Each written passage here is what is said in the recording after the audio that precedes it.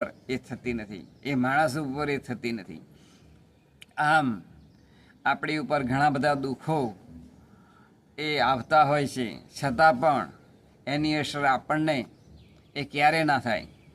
તો સત્સંગ એ સાંભળવામાં આવે, સત્સંગનો વિચાર કરવામાં આવે, ભગવાનના લીલા ચરિત્રો એનું સતત મનન કરવામાં આવે તો ભગવાનનો સાક્ષાત્કાર થાય.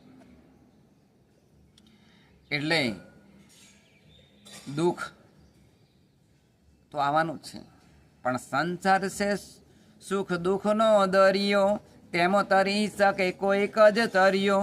સંત સમાગમ કરીને મનને મારી રે, રૂડું લક્ષ્મી નારાયણ નામ નિત્ય સંભારી રે.